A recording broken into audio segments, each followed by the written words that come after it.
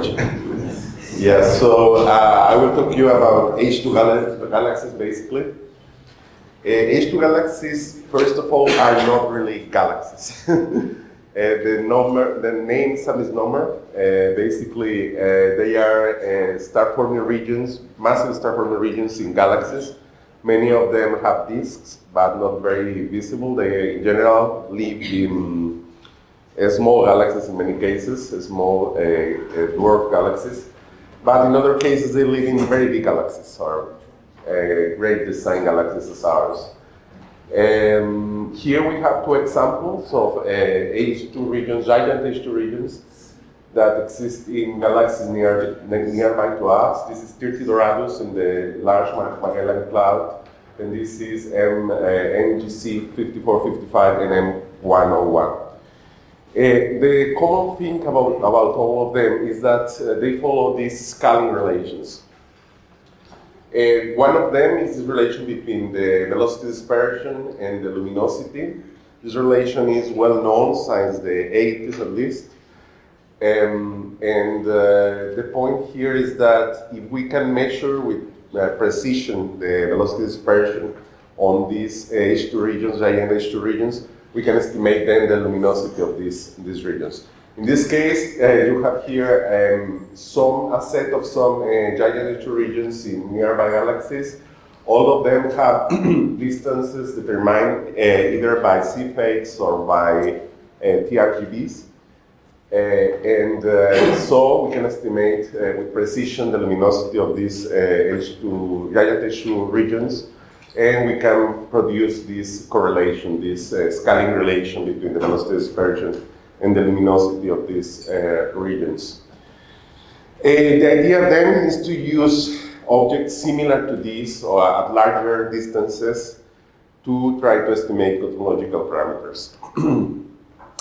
You can see here what we call in general H2 galaxies. They are very compact, bright in the green as you see, or the blue. Basically, they have very intense emission lines like oxygen 3 or H beta or H alpha. So in the optical, they can be observed to very large redshifts. We can use, as an example here, we have the Sloan Digital Sky Survey photometry, but we can also observe them obviously with larger telescopes. This is the typical spectra of this kind of regions. Here is Markarian 116, that is a very close nearby region. And here is a Sloan galaxy. As you can see, the spectra is very, very, very similar in general. They have this prominent oxygen 3 line and the H beta and H alpha lines clearly present. They are, the point here is really to measure the H alpha or H beta lines, the Balmer lines. Also, we can use in principle the oxygen velocity dispersion lines, but they are slightly different to the Balmer lines in general, probably because they are producing a slightly different region of the H2 region. If we plot them in these BPT diagrams, we have here in yellow the sample from Chávez 2014. It's a sample of 128 H2 galaxies measured from Sloan, from Subaru, and from Keck telescopes. And we can compare here with BCDs and with other star-forming regions like Cardamone 2009. And as you can see here, H2 galaxies live in the very high ionizing field region and low metallicity region in general. Well, with all that information, then we can produce this diagram correlating the velocity dispersion and the luminosity for this kind of galaxies, basically measuring the flux. This diagram is built only using standard cosmology to estimate the luminosities, but we can calibrate this diagram with the giant H2 region, local H2 regions like these ones, to estimate the 0 point of the correlation. Once that we have a 0 point for this correlation, we can estimate directly H0, the Hubble constant. And because the 0 point of this luminosity sigma relation depends only on the Hubble constant directly, locally at least.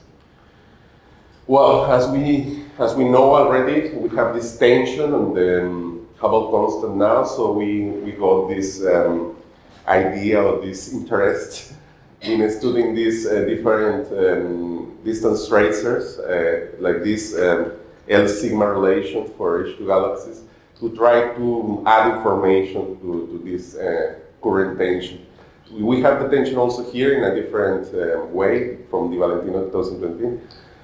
We have here in green, you have H2 galaxies, comparing with this pink dashed zone that is CND and blue zone that is SHUS or supernovae 1A plus F8s. So currently we see more or less closely to the supernovae 1A C8s, but our error bars are still big compared with other methodologies. Or, well, more or less big compared with many of them. So the first estimation for H0 that we got was into 2012. It was with only 69 H2 galaxies and a set of 24 calibrators, 24 giant H2 regions in the local universe. And we got this first estimation, 74.3 plus minus 3.1 statistical plus minus 2.9 systematic.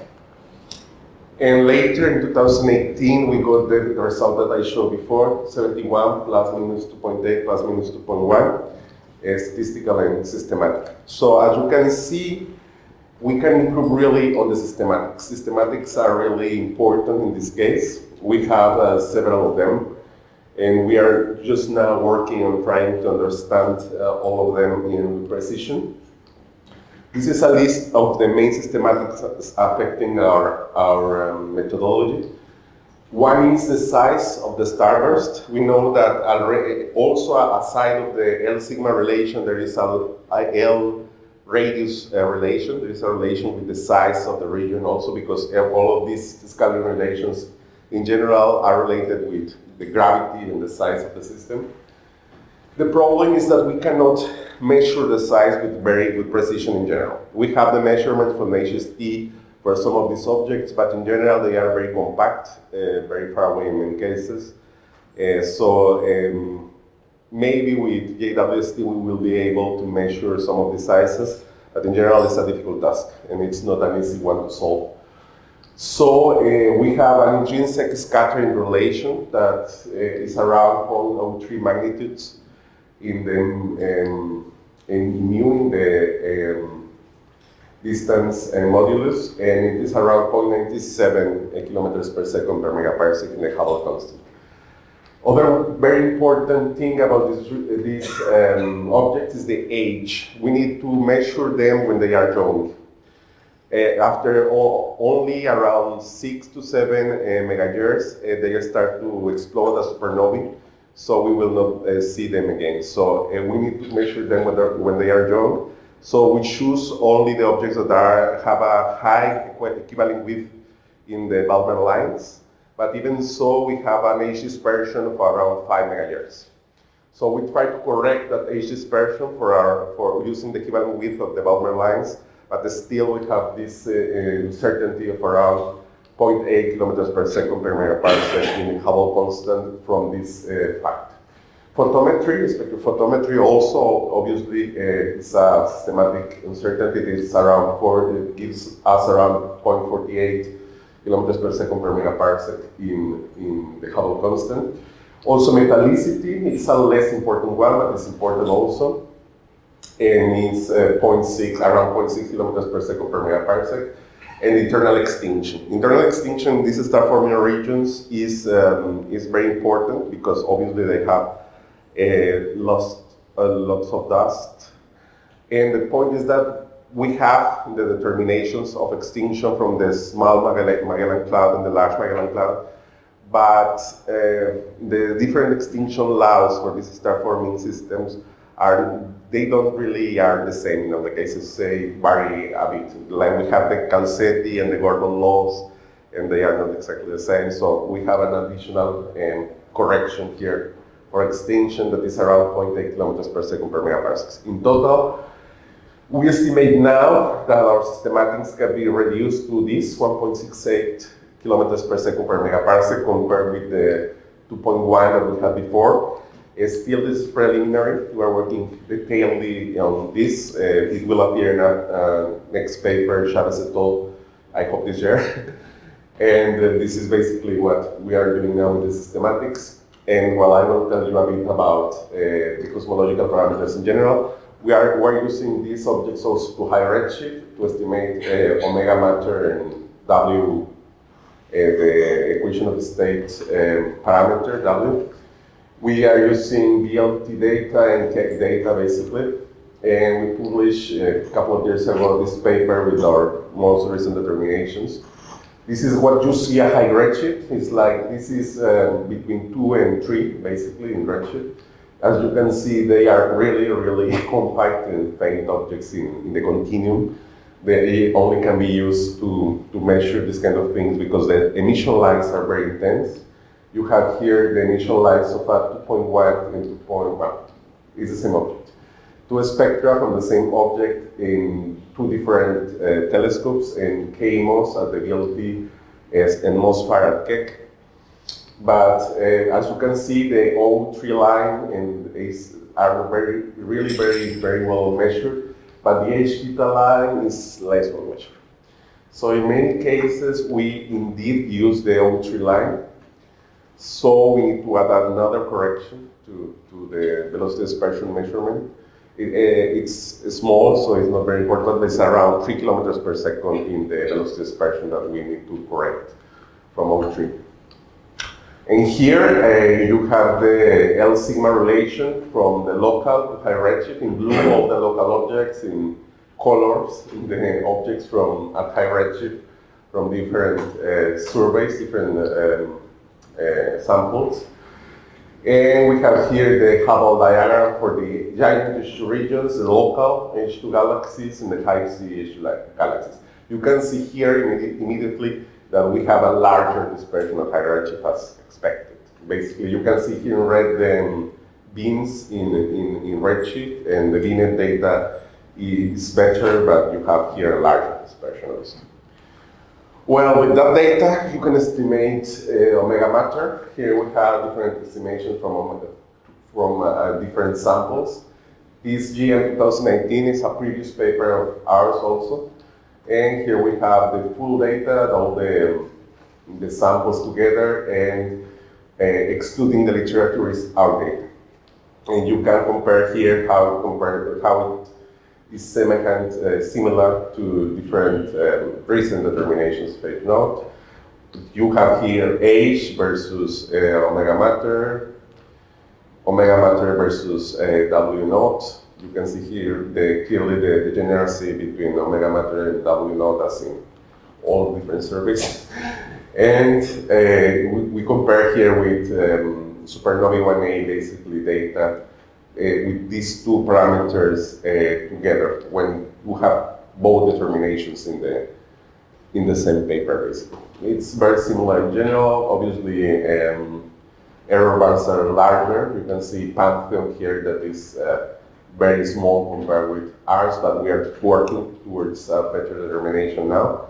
We have here H naught, omega matter, and W naught, more or less the same, no difference, and all together. Here, alpha and beta are important. Alpha and beta are the nuisance parameters of this sample. These are the slope and the 0 point of the correlation. You can see how the 0 point and H are very correlated in general. And you have here omega matter against W naught and omega matter versus, the same W naught with two different determinations. This is H2 galaxies plus CMB plus Byron acoustic oscillations. And here we have supernovae 1A, CMB, and Byron acoustic oscillations. You can see here the difference between the two super samples, if you like, joint determinations. And here is easier to see. Here we have in red the one with supernovae 1A, CMB, and Myricus oscillations, and in black H2 galaxy CMB and Myricus oscillations. So we still have a long way to go if we like to compare with supernovae 1A in general. But we see it as a complementary probe. I mean, in one hand, you have supernovae 1A that have their own systematics. We have H2 galaxies, we have our own systematics. And the idea is to try to complement both probes to get a better understanding of those systematics in general. Here you have in the CPL model WA versus W naught, and well, you can see how big is our parameter space still. And only we are starting to do some cosmography with these objects, and this is the kind of results that we get. The still H naught is around 71 kilometers per second per megaparsec, with around 4 kilometers in total error. And we are studying with very, in a very detailed way, some of these galaxies, like this one using Megara at the giant GTC, the Canaries telescope. And in the future, we plan to use WIB also, that is now in the Herschel telescope in the Canaries, to observe these objects, lots of these objects in the local universe. Also, we have now data, well, approved time from KMOS and from Subaru to further observation of these objects. So we will try to better constrain some of the systematics that we have in this kind of systems. And this will be everything from my side. Questions?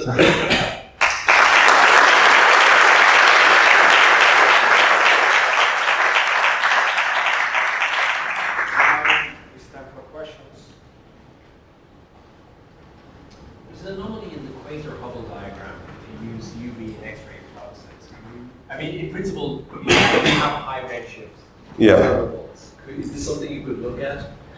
Yeah, I've been looking also the quasars diagram, but it's not exactly the same methodology, it's different in general. But yeah, I'm looking to that also now, to try to join together with this option. Some people has already done that, I think. This group in US, well, the University of Kansas, I think, some group from there have done that already, but we will do that. Yeah. Yeah, thank you. So you mentioned extinction as a systematic error. I didn't understand if you corrected. We corrected, but the point is that there are different extinction laws, and this makes a difference. I mean, between the Gordon and the Calcetti law for extinction in these transforming systems, there is a systematic difference that we need to take account of that. So you assume the same extinction law? We need to assume an extinction law. Yes. Yeah, supernovas have a distance uncertainty of about 5%. Can you assign a percentage to these distances? Well, in terms, well, I will put it in around 9-10%, more or less, including systematics. Yeah. Other questions? I have one. Because you showed also cosmography. Yeah. Which galaxies did you use? The local ones. Only local. So if there are other questions, I will thank again our speaker, and then